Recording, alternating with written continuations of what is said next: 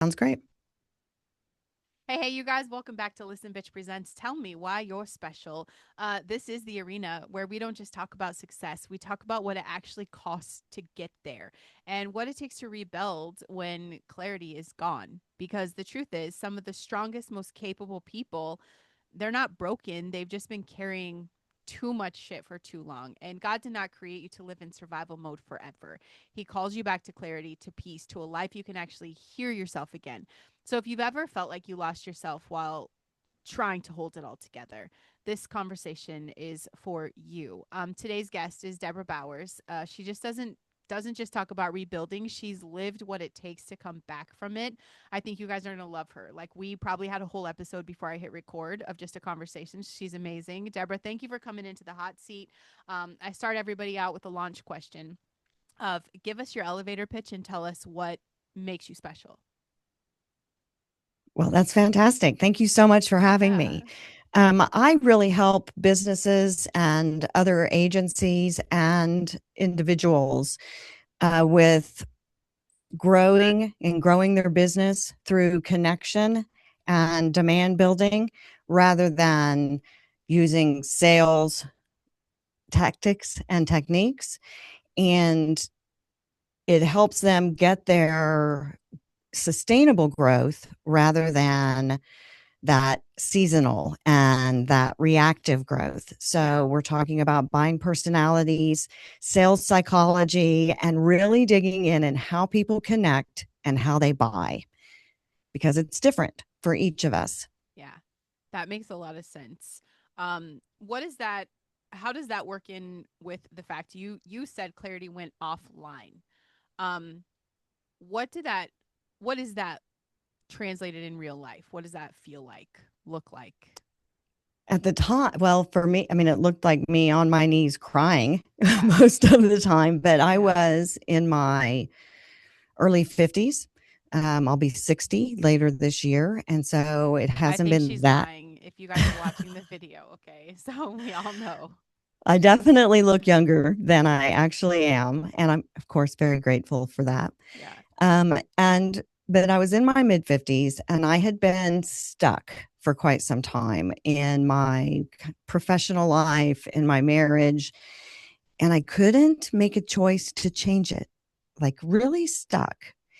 And some big things happened. One, in 2020, my marriage fell apart and I ended up splitting a marriage of 20 years. Wow. And all of my kids, I raised five kids, two are my biological, and they had all left the nest. And then the final thing was my mother died. And the loss of her was very impactful in my life. And I took care of her. She was diagnosed with cancer, and I got her for 5 years. And a lot of that time, she lived with me.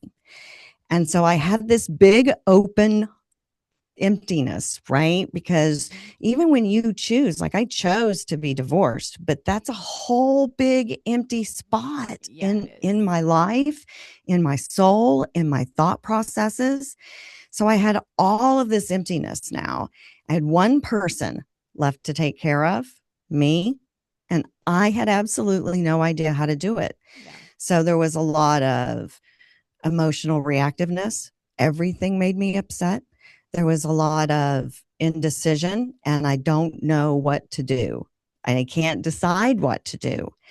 And so clarity was completely offline. And the things that I had spent decades doing, taking care of other people, running other businesses, were all gone.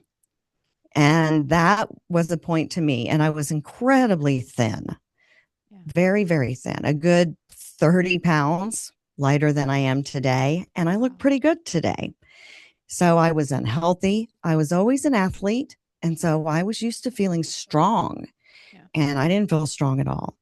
And I came to the epiphany of I have a lot to do in my life. My ex husband was a gambler. He gambled our entire life savings away. So I had no finances. Wow. I wasn't running the company that we owned anymore. I had no job. So I was really lost.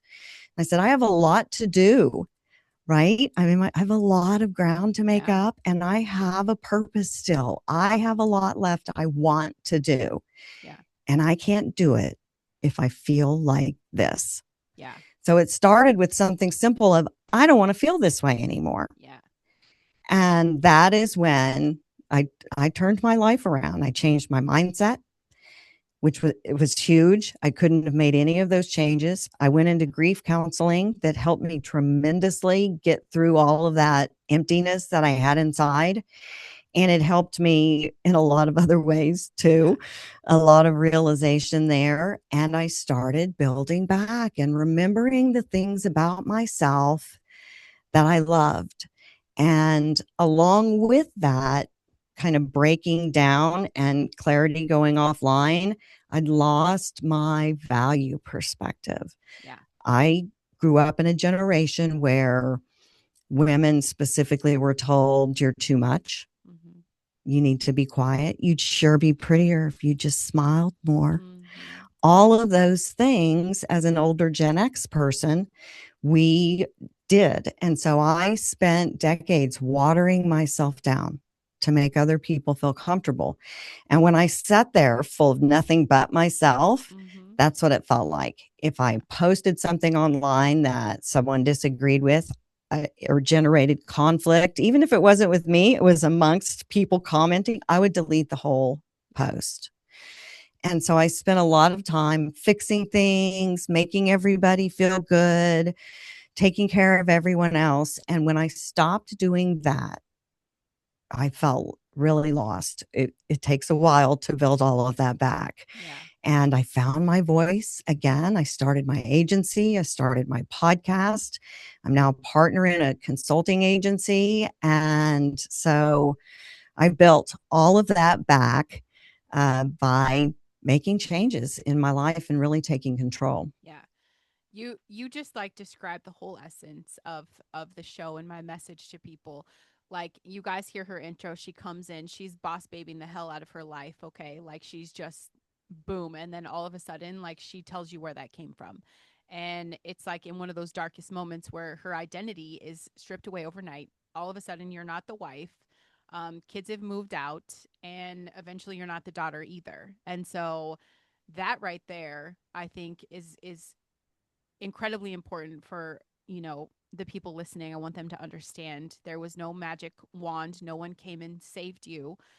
There was no secret hack to how to get successful. You had to work through your shit. You had to work through it. And that's not easy. Like, I think another thing they don't understand is, like, no matter how successful, even now, incredibly, you're crushing it, you're still human. So guess what can happen? That stuff still comes up. There's You're still going to be working through the stuff, but it's making that choice. It's not, now you're a victim. Now you don't have identity and purpose. Now it's not everybody else's problem because you can't figure out who the hell you are. You did that. I think that's amazing. Um, I want to talk about people. People just chill in survival mode. So let's talk about that because, I think there's a lot of space here to kind of talk about your healing journey, um, of, just issues. You talk about functional freeze. How do you figure out if you're in that, and then why do people just stay in this cortisol poisoning Um, forever? fun, Functional freeze for me, I didn't realize I was in it. Yeah. And I was in a session with my counselor, and I was on about how badly I was procrastinating. Yeah. Um, all the ways, and then being really hard on myself afterwards because I can't do it. And why can't I? It's not like I have to learn a new skill Right. to tackle these tasks, but for some reason, I can't make myself do it. And one, that's not like me.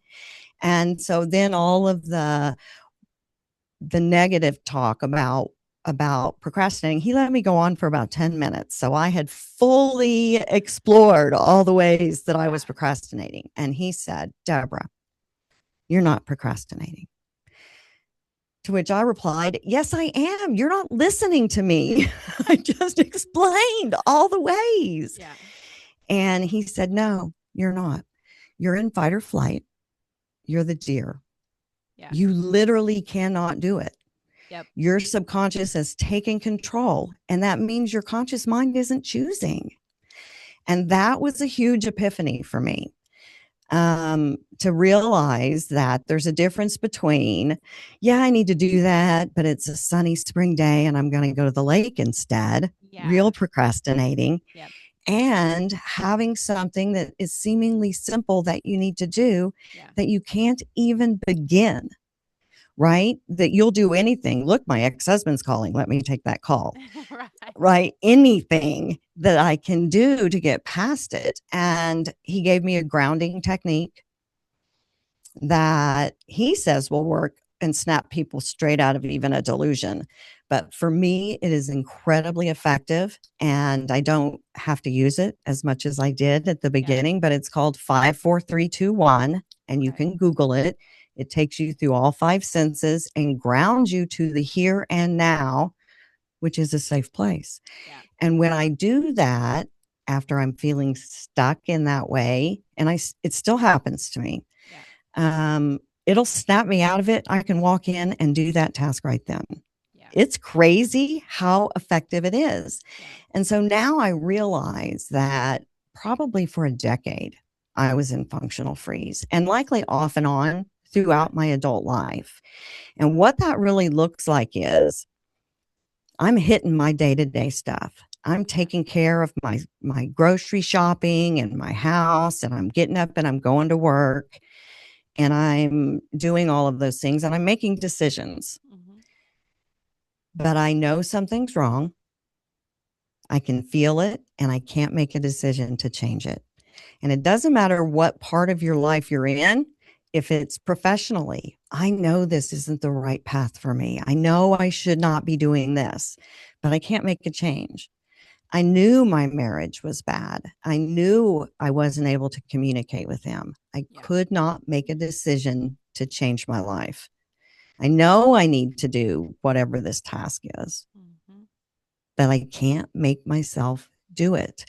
Yeah. And I'm not talking it out. I can't. It's a different type of a feeling when you're in that functional freeze. And the Yeah. functional part is I'm functioning day to day. I'm Mm-hmm. not paralyzed by fear and unable to do anything. That would be obvious. That'd be too easy. Yeah. It's I'm functioning every day, but there's some aspects of my life that I'm not able to take control of Yeah. and consciously make a decision to do it.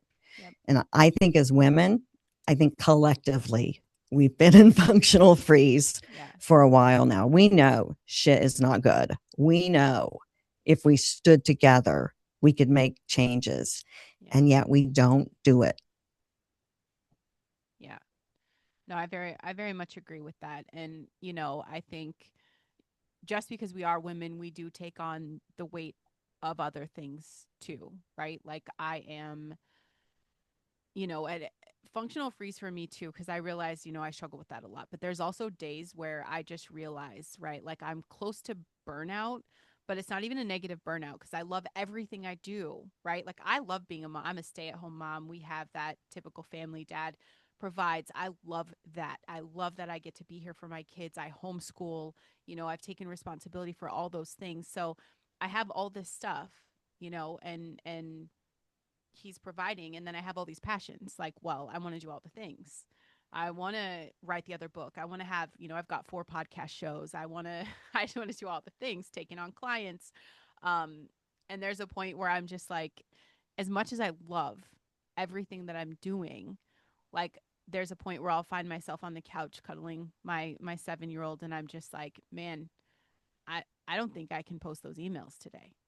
Like I genuinely, like I can't. I can't do it. I Right. physically can't do it.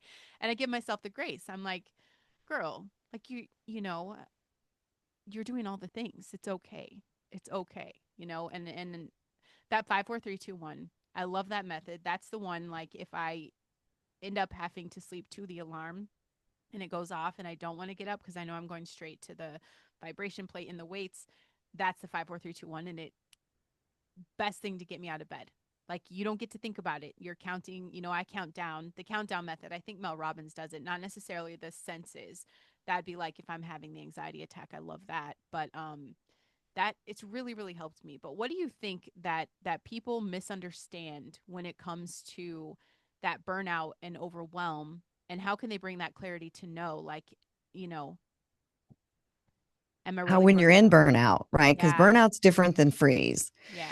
Burnout, for me, it's obvious when somebody's really reaching that moment of burnout when they become resentful of the Ah. things that they love. Yeah. And so, an example is I had a client that I do strategy for, and they have a content creator Yeah. that they use that's third party. And that content creator was just, and they're, I guess, friends too. The content creator was really upset and struggling and pissed off and fired clients because of the feedback they were giving them. Yeah. So, as a content creator, client feedback is critical for you to do your job. And Right. normally they love that because it gives them ideas that they can use. But he had been pushed so far, probably not by his clients, just by life in general or business problems, that he became resentful of them Yeah. and resentful of the feedback they were giving him. So he was deep in burnout by the time he had reached that. Oh. So if you're tired, rest. Don't be hard on you. I'm so hard on myself when I don't Yeah. feel well, and I take time and I have to self-talk out of it sometimes Yes. still. And but resentment for me is really what the key is. And let's face it, when you're in that burnout phase and you're resentful and you're emotional, we don't make good choices. Not at all. So he fired clients that were likely good clients Yeah. that paid well because he made a poor decision because he was burned out. So Yeah. burnout happens amidst things that we love to do when we aren't taking good care of ourselves and taking the time and we're pushing a little too hard. Right. And once you become resentful of that, now I hate being a stay-at-home mom and I feel like I'm being taken Yeah. advantage of, and you snap at your kids when you Yep. that's not what you really feel like. Yeah. So for me, I think people don't understand that that doesn't mean your life sucks and that suddenly you hate being a stay-at-home mom. It Yeah. means you need a break and you need to take Mhm. better care of yourself and find clarity in how you're feeling and Yeah. thinking and take a moment. Yeah. I know, like a while, like years ago, I had a breakdown and I called my mentor and I was just like, it's all too much. And she's like, all right, well, let's see what we're going to take off your plate. And so we went through the choice, like every selection on my plate. And I'm like, yeah, I'm not giving up any of it. And so it was just a matter of like, if I'm not willing to give up anything, how can I be better? And it was a matter of like, it's not negotiable. Like, especially my stay at home moms, I love you to death. You have to fill your cup. Like, I have a morning routine. It is not negotiable. Non negotiable. I fill my cup, or I could never sit and have these conversations. I couldn't do everything I do if I did not do that in those moments. So I think, I love what you're saying, that like resentment, that's your warning sign. If you're starting to get mad and like annoyed by everything around you, that's probably past the oil change light coming on. Like your It is. your engine's about to blow the hell up. Yeah, So you've been driving with the yeah. check engine light on for a while now, and you didn't think it was Yeah. doing anything, and it was really Yeah. causing a problem. And that is very telling when that happens. And I think it's commendable for you that you are doing the stay at home mom, and yet you're Yeah. still keeping your passion Yeah. and still able to find that. I wasn't able to do that. Yeah. I worked other people's passion as survival, right? Yeah. The closest path to revenue, Yep. the closest path to make this happen. Mm. And it's great to be able to be a stay-at-home mom, Yeah. or a stay-at-home dad, and hold on to your passions and let them go. And I think Yeah. it's okay to not take something off your plate. Yeah. You're going to add one more thing to your plate, and that's self-care, Yep. and make specific time. And when you do that, it's okay that your plate's full, Yeah. right? Just get a little bit bigger. But what you add on gives you the energy and resiliency to be able to do the rest of it better. Right. And non negotiable boundaries, I made two. Yeah. when I was at the very bottom. Yeah. And they were actually physical, kind of. One of them was I feel weak and frail, and that's not my natural state. So I Yep. need to work on and make healthy choices. Yeah. So choosing to take care of my vessel was Yep. really important to my mindset. And the other one was I'm not going to eat fast food. I was Uh, stopping from all my little temp gigs and appointments and bringing fast food home and sitting on my bed and eating it and watching TV. So I'm not going to eat fast food. And I've only eaten it a handful of time in 6, 7 years because yeah. of that. So when you say it's non-negotiable Hmm. and you mean it, those words, man, they're powerful. Yeah. And you're exactly spot on, because I think that's the most important part of, people ask me, like, how do you do all those things? Number one, I wake up and I move my body. I don't touch my phone in the morning. I move my body immediately, and then I read the Bible every single day. Like, move my body immediately, where I'm lifting the weights and I get some, I get steps in at least 3 miles. Um, Read the Bible, and I don't eat shit. I just can't afford to. I've It realized, like, once you stop, yeah, it is telling. yeah. When you eat it, it doesn't taste good. It It tastes doesn't weird. It feel good. tastes All of that. right. And you don't feel well Yeah. afterwards. Those are really important. So, Yeah. mine, I wake up every single day and meditate. Love I that. pop headphones in right then. I Yep. start my meditation app and I meditate. Yep. And a lot of people say, "Oh, I can't meditate. I can't clear my mind." And, humans can't clear their mind. A human with a clear mind is in a coma. Yeah. And we're not even sure that it is clear when they're in the coma sometimes, right? Right. So sitting alone away Yeah. and no more input, take away the input. Yeah. Your mind races like crazy because none of that shit's been able to get out and be heard. Yeah. It's all been covered up by the things that we ingest, videos and Yeah. social media and all of those things. And so when Yeah. you finally take that away, now all of that needs to come out. And so that daily practice, I've been an avid meditator for about 15 years, Hmm. and it definitely helped me with my journey when I Yeah. was able to still do it. And of course it wavers. I'm like Of course. everybody else. Yeah. I'll have wavering moments, but meditation lets you gain emotional regulation without analyzing all of your bullshit. Yeah. It just happens naturally. And so Yeah. reading the Bible is really a form of meditation. Yeah. Prayer is a form of Right. meditation. So it likely helps you tremendously that Yeah. you do that because it just turns everything else off and Yep. lets your brain process for a little bit. And Right. I don't think I would have been able to gain the emotional regulation that it takes, Hmm. right? Because that's what the key Yep. really is. Nothing's pissing me off, nothing's triggering me. And that is a really important thing. For me, it's this is me. Doesn't Yeah. matter what kind of chaos is happening around me, what Hmm. kind of bullshit's happening. Yep. We're all down in that mud together. Yep. We get to choose how we experience it. And Yeah. so I'm not giving that power away. This is my way. And Yeah. meditation helps me maintain that no matter Yep. what's happening. Yeah. I love that. And I think everybody needs to find their superpower in that moment, because that's exactly it for me. And I hand off all the stress and pressure. It is it's a guidebook for me. I know how to face the day. I know what to do when this happens, and it turns off the noise of the world because I already know what's coming. Like, I know what's going to happen. Nothing is new under the sun. Nothing is new. So I get to stay focused on the things that are really important. I love that so much. And you're so right. Everybody's in the arena. Okay? And if you guys have been here listening to the show long enough, you know that. Like, that your suffering doesn't make you special. There's no gold star in heaven saying, "Ooh, Deborah, gets a gold star because she got divorced, her kids moved on, she lost her mom. You're so special." No. Like, that was her message. That was her launching point. That was her saying, "All right, that's it. Something has to change." Nobody made the choices for her. And now you're killing it in business. I love this. So I want to shift gears a little bit because we are coming up on our time. Um, what is wrong, okay, with the way most people approach sales and growth right now?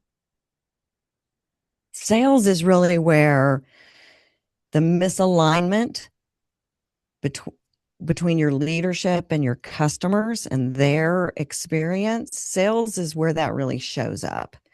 And that's where you feel it the most because they're the ones out there on the front lines talking about it. And so everything kind of lands on sales. Well, leads are down, revenue's down. We need to make an offer and we need to sell.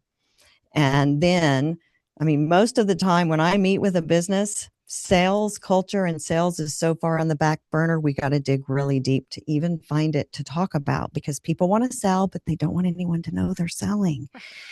And it's become such a dirty word Yep. talking about it because no one wants to be pressured. That sales has become this synonymous with talking me into shit that I don't want. Yep.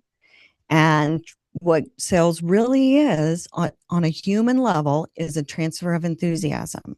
Yeah. If I'm enthusiastic and authentic in what I do, then I can transfer that to another person by connecting with them. Right.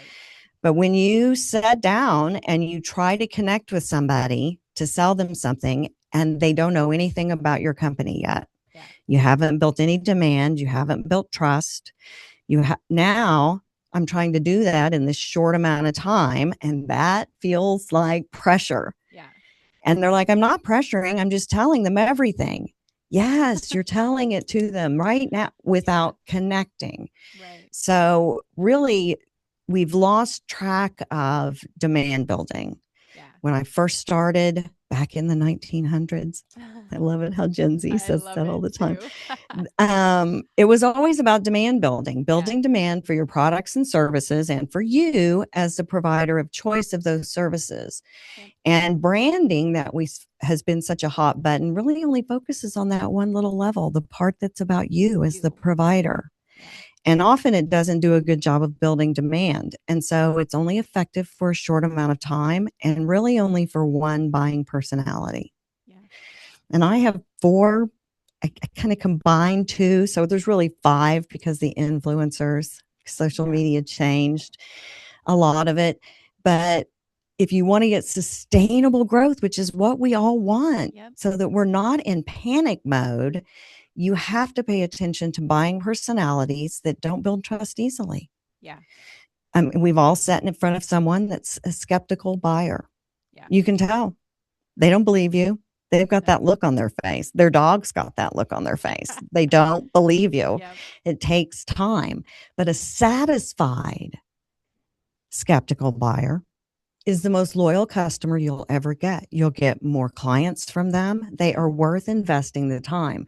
So we skip a lot of steps that we're not doing. We're not connecting with people in a meaningful way, in a way that they like to be connected with. Yep. And then we're coming in and sitting in front of all of these people trying to sell. And when it's not effective, that's a sales problem. Yeah. But it's a system problem and a culture problem. Yeah. Everyone in your company has a part to play in the sales cycle. Yeah. And when they understand that, boy, are they empowered. They understand in a new way how they relate to customers for that business and their sales and their success. They're not just doing payroll. They're not just answering the phone. They're not just working in the warehouse. And when all of that comes together, now the magic can happen and the customers are happy. The experience is good. All of that works together and sales becomes easier. Yeah. Now that salesperson can sit down and easily connect and make a sale. Or if, let's say the product's not right, or they've already got somebody that they're working with that they like. I'm not the only great marketing person in the world. They may have somebody. So if you connect, though, at a minimum, you can get a referral. Of course. So that losing that human connection and it becoming about lead gen only, that is where people are really missing it and misidentifying in their company what that is. Yep. And that really comes from leadership and that whole package being put together. And and we're just missing it. Yeah. No, there was a whole wave of sales became ick because it was just so overrun with bullshit. It became ick to everybody. And it's funny to me because sales, we've all been in sales our whole life. I'm selling my kids on protein for dinner, right? I'm selling my kids on, like, we're literally, everybody's selling all the time and you don't even I think realize it. everybody has like that one kid they have to beg to eat. It feels like, right? It's like, yeah, It is. sell And them on the healthy thing, but it has become such a dirty word. And yeah, let's face it, every single business that exists is existing because it's selling something. exactly. Yeah. So, yes, no one wants to be set and pressure sold, and no one wants all the yucky cold calls. No one wants any of those things. So, the correct way to do that is to build trust based on how people like to be spoken with. Exactly. And those things, when you know that about customers and potential customers, now you know it about your coworkers too. And now I know Brandon likes, Yeah. a little bit of chit chat before I hand her 25 things to do. Yeah. And this other person, though, does not want me to chit chat with her. Just give me Yeah. the work. Yeah. All of those transfer through, and those categories are with us forever. So Yeah. using them and connecting with people is really the key for sales. Yeah. Where do you see leaders, because this is so, I see this everywhere, um abandoning themselves in the name of success? Boy, that's a big one. And part of that is, I think they have that focus on success and goal. And I think also, there's been a lot of studies in the last year that came out that talk about high level leadership in companies. Only about 25% of them think that the decisions that are happening in their company are good. Yeah. They're disenfranchised as well. And I think that's an inclusivity. They're not being included Yeah. in big decisions. So when we're very revenue focused and those decisions come down, very often they disagree. They're in conflict with our own personal values. And when that happens, now I have to have that decision. It's the right decision for the business, perhaps, but it conflicts with me as a person. And if I don't deal with that and find a way to understand it and work through it and connect with people so that I can explain it, now it just looks like when your kid asks for something and you say no because I said so. Yeah. Now there's no more connection between it. And I think that can be very demoralizing for the leader themselves because they're promoting something they don't believe in, Yep. or it's contrary to how they think. I think letting people go is a big part of that. Yeah. None of us want to hurt someone's livelihood. And when you care about people and the people on your team and you have to let somebody go, that's a Mhm. terrible feeling. So being able to move through that and understand the conflict between what's good for the business and what's good for you and maybe what's good for your team, Mhm. oftentimes those are not going to be all together. But staying connected with them and helping your team members understand why it's happening, helping them adjust Yeah. to the changes that are happening. We're seeing that a lot with AI now. Yeah. Those are really big things. And that still starts internally with the leader being able to process it themselves and have emotional regulation so they can have a real conversation with their team about the choices that they're making Yeah. and being vulnerable in the moment of, we don't want to have to make these choices, Right. but it's what's best for the business. And so we have to make them. This is how we're going to move through it. Yeah. And so again, back to connection, Yeah. back to being real and authentic and Mhm. understanding that it's okay to show, I don't really agree with this Yeah. on a personal level, but on a business level, I get it. Yeah. That makes a lot of sense. We're coming up on our time here. So, my final question, and we'll kind of take the show full circle because we went boss babe, we got deep, then we went boss again. Um, Speaking to the audience, for someone who feels stuck or just completely disconnected right now, that has can't even fathom being a badass boss babe right now. What's their first real step back to clarity? First of all, it really is connecting back with yourself. And likely, if you're feeling really stuck and you can't make those steps, you've lost that. You've lost that connection with yourself. And for me, the only way to get that is to spend time alone with yourself. Yeah. And when that gets hard, and if you're specifically being hard on yourself, that was a big thing for me. I would be hard on myself about it. Mm-hmm. If you're having trouble having those conversations with yourself because it turns to that negativity, Yep. I have this photograph of myself from the first grade. I think I'm 6 years old in it. Uh-uh. And I remember that dress. I remember all of it very vividly. And so if I'm being especially hard on myself, I talk to her Yeah. because you cannot be mean to that part of you that's Right. innocent. And that lets you kind of ground back. But it really goes back to spending time alone. No screens, no music, no social media, sitting alone, letting all of those thoughts come Yep. because they're going to let them come. And for me, my clients, I challenge them to do 5 minutes a day for 30 days. I think after about 10 days, you'll find you've been sitting for 15 minutes Yeah. because now you're connecting back with yourself and you're learning more about yourself. Mm-hmm. Then break it down. If you've got something that you can't do the full task, find one, keep making the Right. steps smaller Yeah. until you find one that's small enough that you can do. And now you completed something, and then do another small one. And eventually it'll get to where it's bigger. But it starts by Yeah. getting back in connection with yourself. And you have to do that without input Yeah. from everybody else. Right. That comes from you. I love that. How can people get resourced with you? Where should they find you? You can listen to my podcast, Deals with Heels, probably where you're listening to this one. It's available on all formats and YouTube.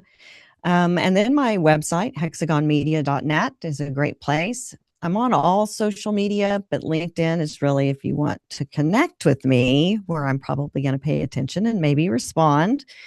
And I have a free resource that you can download that I will send you the link so you can add it to the show notes, called the Human Sales Playbook. And it's a guide to help you connect and sell with and build trust through connection without feeling salesy. I love that. Deborah, this is the part of the show where I get to express what I think makes you special. And it's not just what you've built, it's how you rebuilt and where you started from.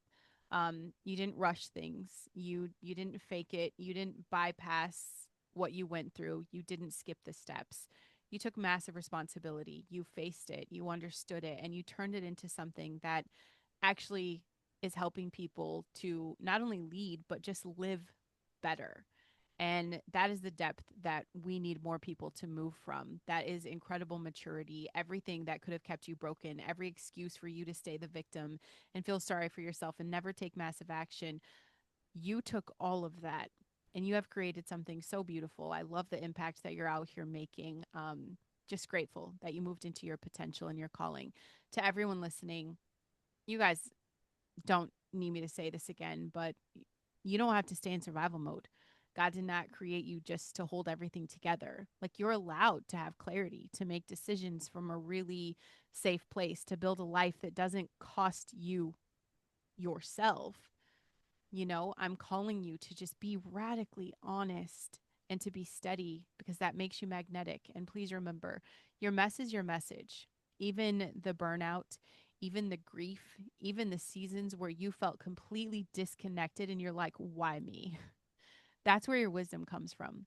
And if you've been feeling the pull to use your voice, to share your story, to actually say something that matters, okay, to step into your legacy, you don't have to wait till it's perfect. I created a free podcast support group, okay? A space where you can start real, stay consistent, build something meaningful. All the content I put in there is free.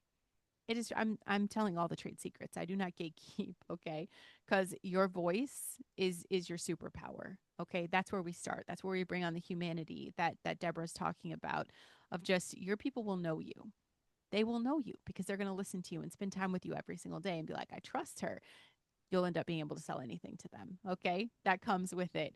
If this episode spoke to you, please share it out. You know, someone that Debra and I will never be able to reach without your help. So don't be selfish. Share the show. Make sure you leave a review.